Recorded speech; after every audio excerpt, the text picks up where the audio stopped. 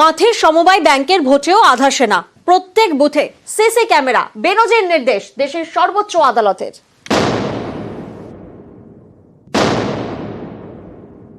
Supreme court বুঝে গেছে এই বাংলাতে গণতান্ত্রিক পদ্ধতিতে নির্বাচন হয় না। কেন্দ্রীয় বাহিনী টাইনি যেখানেই থাকুক, জিতবে কারা? তৃণমূল কংগ্রেস।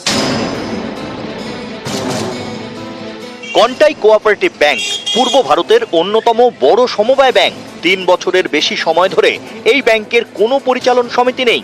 ব্যাংক চলছে স্পেশাল অফিসার নিয়োগ করে। পরিচালন সমিতি গঠনের জন্য ভোটের দাবিতে কলকাতা হাইকোর্টে মামলা হয়। অনেক টানাপোড়েনের পর ভোটের দিন ঠিক হয়েছে আগামী 15ই ডিসেম্বর। ওই দিন কন্টাই কোঅপারেটিভ ব্যাংকের পরিচালন সমিতির 108টি আসনে ভোট।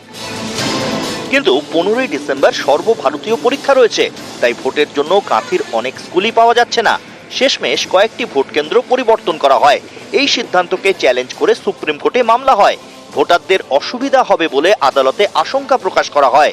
স্বাভাবিকভাবেই প্রশ্ন ওঠে, তাহলে কি আইনি জটে আটকে যাবে কন্টাই কোঅপারেটিভ ব্যাংকের নির্বাচন?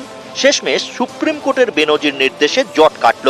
15ই ডিসেম্বরই হবে কন্টাই কোঅপারেটিভ ব্যাংকের ভোট। এদিন দুপক্ষের সওয়াল জবাব শেষে সুপ্রিম কোর্ট নির্দেশ দেয়, পরিবর্তিত ভোট গ্রহণ কেন্দ্রে যাতায়াতের জন্য উপযুক্ত ব্যবস্থা করতে হবে।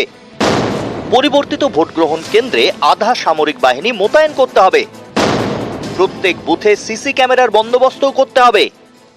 পুলিশের উপরে, সরকারের উপরে এবং কোন প্রতিষ্ঠানের উপর আস্থা নেই, বারে বারে প্রমাণ হয়েছে। এই রাজ্যে পঞ্চায়েত নির্বাচনে 820 কোম্পানি সেন্ট্রাল প্যারামিলিটারি ফোর্স আছে। সুপ্রিম কোর্ট একটা সাধারণ কোঅপারেটিভ নির্বাচন, যেখানে ব্যালটে নির্বাচন হয়, সেখানে প্যারামিলিটারি ফোর্স দিয়ে ভোট করতে বলছেন। এবং সুপ্রিম কোর্ট বুঝে গেছে এই বাংলাতে গণতান্ত্রিক পদ্ধতিতে নির্বাচন হয় না।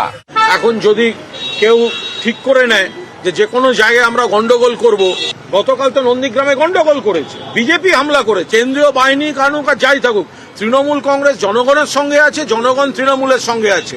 ফলে ওইসব কেন্দ্রীয় বাহিনী টাইনি যেখানেই থাকুক, জিতবে কারা? তৃণমূল কংগ্রেস। নিউজ 18 বাংলা।